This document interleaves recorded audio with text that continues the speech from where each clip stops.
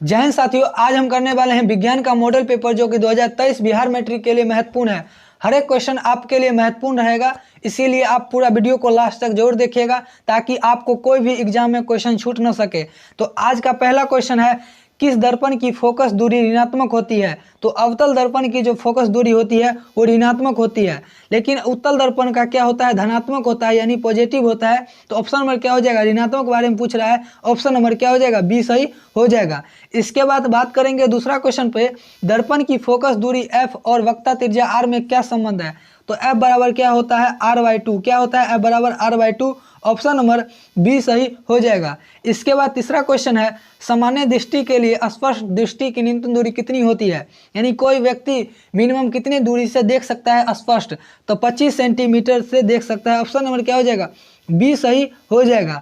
इसके बाद चौथा क्वेश्चन है, श्वेत प्रकाश का कौन रंग किस प्रिज्म से गुजरने पर पश्चात सबसे कम झुकती है? तो सबसे कम जो प्रिज्म से गुजारते हैं किसी श्वेत प्रकाश को, सबसे कम झुकती है लाल कलर। ऑप्शन नंबर क्या हो जाएगा, सी सही हो जाएगा। इसीलिए खतरे का जो निशान होता है वो लाल कलर होता है। ऑप्शन नंबर क्या हो जाएगा, सी सही हो जाएगा। इसके बाद पांचवा क्वेश्चन है, मानव आँख की रेटिना द्वारा बनाई गई छवि कैसी होती है? यानी हमारे आँख पे जो रेटिना पर प्रतिबिंब बनता है वो प्रतिबिंब का कैसा प्रतिबिंब होता है? तो वास्तविक और उल्टा होता है। कैसा होता है, वास्तविक एवं उल्टा। ऑप्शन नंबर क्या हो जाएगा, बी सही हो जाएगा।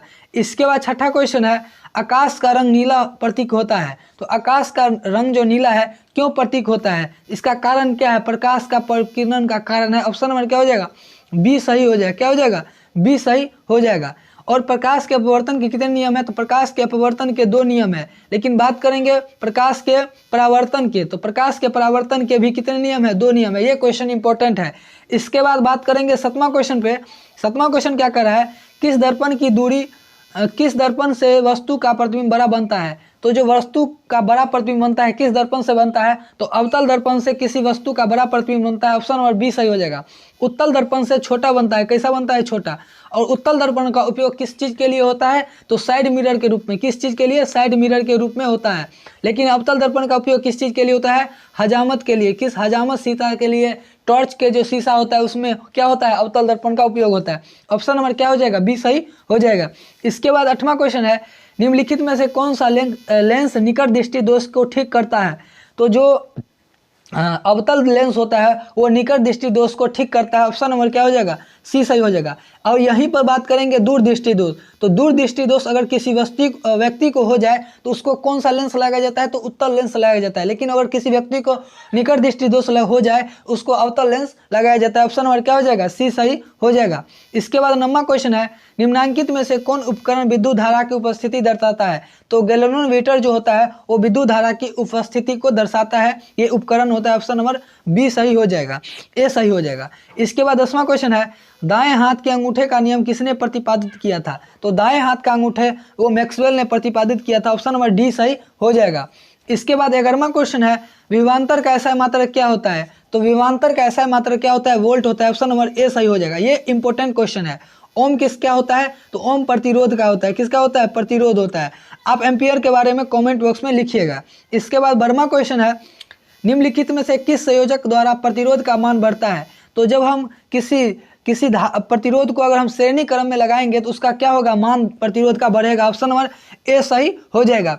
इसके बाद 13वां क्वेश्चन है, 13वां क्वेश्चन क्या है, चुंबकीय बल रेखा की प्रकृति कैसी होती है? तो चुंबकीय बल रेखा कैसी होती है, काल्पनिक होता है या फिर वास्तविक होता है, या वास्तविक एवं काल्पनिक दोनों होता है? तो चुंबकीय बल रेखा उसे हम देख नहीं सकते हैं, वो हम सिर्फ कल्पना कर सकते हैं। ऑप्शन नंबर क्या हो जाएगा, ए सही हो जाएगा। इसके बाद 14वां क्वेश्चन है, 1 किलोवाट घंटा किसके बराबर होता है? तो 1 किलोवाट घंटा 3.6 × 10⁻6 जूल के बराबर होता है। ऑप्शन नंबर सी सही हो जाएगा। ये इंपॉर्टेंट क्वेश्चन है।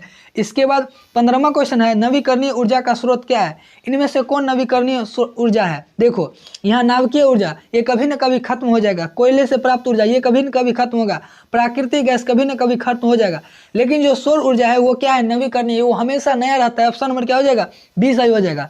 तो ऑप्शन नंबर क्या हो जाएगा, बी। लेकिन यहीं पर अनवीकरणीय के बारे में पूछ देगा, अनवीकरणीय तो ये छोड़ के बाकी तीनों है। कौन है, ये छोड़ के बाकी ये तीनों है, ए सी और डी, ये तीनों क्या है, अनवीकरणीय। लेकिन नवीकरणीय के बारे में पूछा है तो ऑप्शन नंबर क्या हो जाएगा, बी सही हो जाएगा। इसके बाद 16वां क्वेश्चन है, कौन सा लेंस अपसारी लेंस भी कहा जाता है? किस लेंस को हम अपसारी लेंस भी कहा जाता है?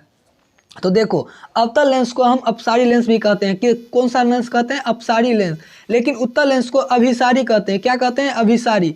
तो जो अभिसारी मतलब होता है उत्तल लेंस, अपसारी मतलब क्या होता है? अवतल। देखो याद कैसे करेंगे, देखो यहाँ पे देखो क्या है? अवतल। तो अप मतलब अवतल, अभिसारी मतलब अभी, तो ऊ लगा रहता है उसमें, भी रहता है। तो इसके इस तरह हम याद कर सकते हैं। इसके बाद 17वां क्वेश्चन है। 17वां क्वेश्चन क्या कर रहा है? प्रकाश का वर्ण पार्थिव वर्ण कौन होता है? प्रकाश का पार्थिव वर्ण कौन होता है? लाल, नीला, हरा। ऑप्शन वन क्या हो जाएगा? डी सही हो जाएगा। इसके बाद 18वां क्वेश्चन है, निम्नलिखित में से कौन नेत्र का रंगीन भाग होता है? तो नेत्र का जो रंगीन भाग होता है क्या होता है? आइरिस, कानिया होता है, या पुतली होता है, रेटिना होता है, आइरिस होता है। तो ऑप्शन वन क्या हो जाएगा? डी सही हो जाएगा। क्या हो जाएगा? डी सही हो जाएगा।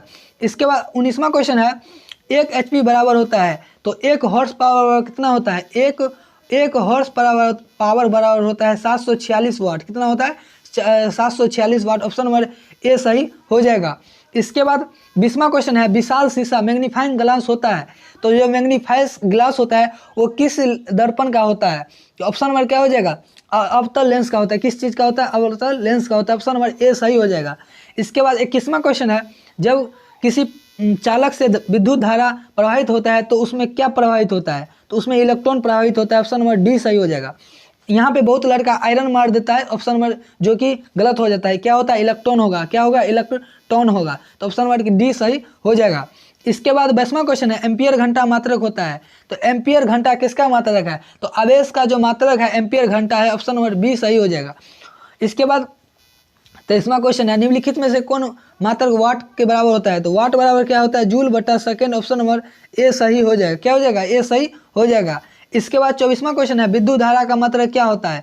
तो विद्युत धारा का मात्रक क्या होता है? तो विद्युत धारा का मात्रक एम्पियर होता है, जो कि ऊपर वाले हम क्वेश्चन बताए थे आपके होमवर्क के लिए। तो आप यहाँ पे देखकर कमेंट कर सकते हो। ऑप्शन नंबर ए सही हो जाएगा। इसके बाद 25वां क्वेश्चन है। 25वां क्वेश्चन क्या है? ग्लोबल वार्मिंग के लिए उत्तरदायी गैस कौन है? तो कार्बन डाइऑक्साइड CO2 क्या है? ग्लोबल वार्मिंग के लिए उत्तरदायी है, यानी ये जिम्मेदार है। ऑप्शन नंबर सी सही हो जाएगा। इसके बाद 26वां क्वेश्चन है, शरीर में भोजन का पचना किस प्रकार की अभिक्रिया है? तो शरीर में जो भोजन का पचना किस प्रकार की अभिक्रिया है? उपचयन अभिक्रिया है। ऑप्शन नंबर ए सही हो जाएगा। क्या हो जाएगा? ए सही हो जाएगा। इसके बाद 27वां क्वेश्चन है, कौन विलयन लाल लिटमस पत्र को नीला कर देता है? उसका पीएच मान कितना होता है? तो देखो, लाल लिटमस पत्र को नीला कौन करता है? क्षार करता है। यानी लाल लिटमस पत्र को नीला कौन करता है? क्षार करता है। और क्षार का मान कितना होता है? 7 से अधिक। तो जितने भी 7 से अधिक वाला होगा वो उत्तर हो जाएगा। 11 क्या है? 7 से अधिक है। 10 क्या है? 7 से अधिक है। लेकिन 5 तो नहीं है, तो ऑप्शन क्या हो जाएगा? डी सही हो जाएगा। क्या हो जाएगा? डी सही हो जाएगा। यही क्वेश्चन को घुमा के पूछ सकता है कि नीला लिटमस पत्र को लाल कौन करता है? तो यहाँ पर ऑप्शन नंबर सी सही हो जाता है। लेकिन यहाँ से क्या पूछ रहा है? लाल लिटमस पत्र को कौन नीला करता है? तो यहाँ हो जाएगा option number D. Option number क्या? डी सही हो जाएगा।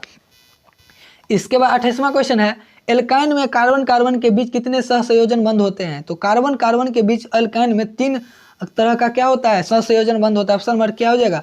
सी सही हो जाएगा। उसके बाद 29वां क्वेश्चन है, ग्लूकोज का आणविक सूत्र क्या होता है? ग्लूकोज का आणविक सूत्र है C6H12 और 6। ऑप्शन नंबर क्या हो जाएगा? ए सही हो जाएगा। ये इंपॉर्टेंट क्वेश्चन है।